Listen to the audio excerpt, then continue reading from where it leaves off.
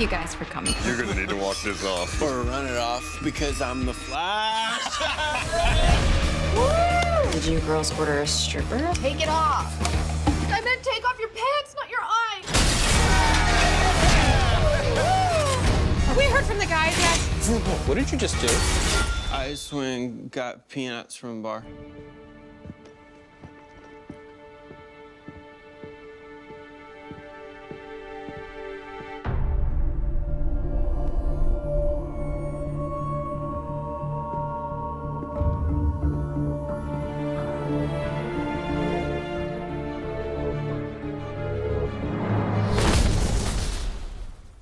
Hey everybody, we got new Flash to break down. Katie Sackhoff is finally here as the Blacksmith character from the comics. If you're finding me for the first time, be sure to subscribe to get everything. There'll be giveaway stuff at the end of the video. But the big deal here is that Amunet Black, the person that they've been hyping up since the end of episode 1, is finally making herself known, and she is sort of the de facto leader of what remains of the rogues in the city. Like, there's a whole idea that all these rogues are running around. Captain Cold sort of used to be the top dog. Technically, he's dead right now because of all the stuff that's happening with Legends of Tomorrow.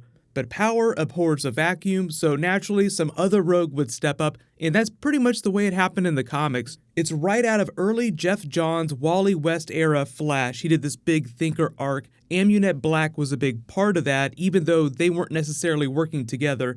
She ran a black market operation called The Network and just had a ton of rogues working for her, so presumably that's what Caitlin was doing during the break between seasons. And if we don't get flashbacks to that, we'll probably just get lines of dialogue from Amunet just saying, remember when you did this for me, or you did that? And in the promo pic, she does go full-blown Killer Frost, so presumably at some point during all this crazy bachelorette party stuff, she finally loses her shit in what looks like the most SummerSlam edition of a bachelorette party ever. Stephen Amell is probably so sad that he didn't get to guest star in the SummerSlam crossover episode this year. There's an alternate edition of this promo where the girls are just practicing their wrestling moves, smashing tables and chairs over each other.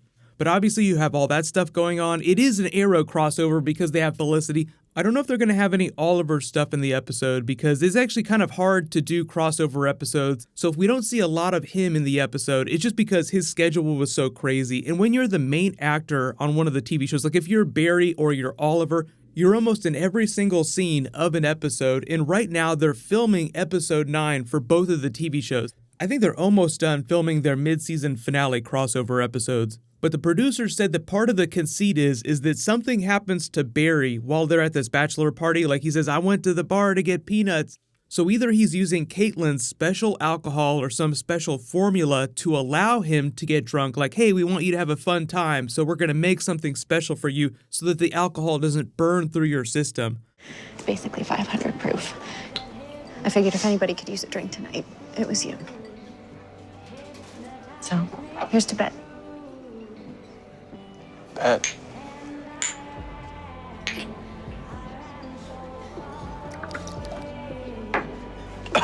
Whoa. Oh. That hit you quick. Are you buzzed? Yeah. Yeah, I'm buzzed for sure. Whoa. Oh, that is good stuff. You have that funny moment with Barry just blurting out that he's the Flash. This is another one of those episodes you could tell in Joe West reaction shots, just as things get progressively worse and worse for them. The funny thing here is that you see Cecile pick up one of the champagne glasses. I don't think she actually takes a drink in the episode because she's pregnant, and drinking while you're pregnant is kind of like playing with a loaded gun. Like, so many bad things can happen during your pregnancy, but I don't think that that's going to have anything to do with what actually ends up happening with the baby down the road. Regardless of what happens to the Cecile character, if something bad does happen to her baby, it'll be some more Flash comic booky related thing. Like, the show isn't so pessimistic that it would hurt a premature baby by having Cecile be a bad mom by getting super drunk when she's pregnant. Could you even imagine the waves of hate the CW would get from large portions of the fandom? But I can already feel all the crazy crackpot Reddit theories rising. Oh, drinking while she's pregnant, that's how you get your Daniel West reverse Flash. The cool thing about this character here that Iris is cold clocking with the tray, obviously we saw him back during episode 1, he's working for Amunet Black in the context of the TV show. His name is Norvok, but that character in the comics was from like the Golden Age. The original version of the Thinker worked for him. He was a mob boss. So even though it seems like they're doing something different with him on the TV show, he does have a link to the Thinker in the comics, but I don't know if they're going to do that on the TV show as well too. But it seems like so far, in the way that the Thinker is manipulating the 12 metahumans on the TV show, even if he's not directly engaged with people, he's still pulling the strings from behind, trying to get them to do what he wants them to do. But I know a lot of you are wondering what Amunet's powers are. She has mechanokinesis, so she can control metal, like make herself suits of armor, like she forms the metal around her fist as she smashes the glass in the trailer. The comic book version of her, when she's got this blue-looking apparatus all over her, that's just a metal suit that she constructs around herself. So we'll see if they take it that far in the episode. I don't know, it's a little bit harder to do that practically and make it look cool. But this is the episode right before the big Council of Wells episode, so we can talk about that when we get more footage for that. But if you didn't watch Legends of Tomorrow, they basically did their E.T. episode. It was kind of a Halloween episode too, because the episode aired on Halloween. Probably the best one from the season, so I'd recommend you check it out if you haven't been watching Legends of Tomorrow. God, I hope this works.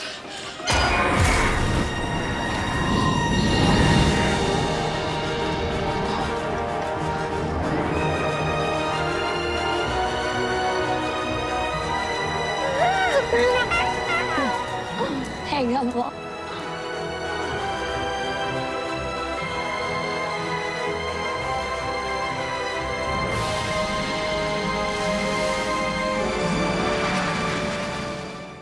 But what'll happen next is I have a new Titans video. We might actually get Roy Harper, the character, on Titans, but that doesn't necessarily mean that Colton Haynes would cross over to Titans. So I'll do a video explaining who the new characters are. They're just doing more Teen Titans characters from the comics. Roy Harper is a Titans character. There have been so many different versions of him on TV so far.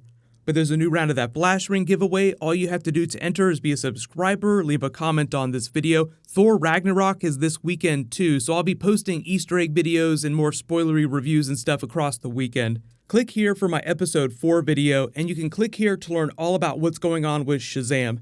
Thank you so much for watching. Everybody stay awesome. I'll see you guys tonight.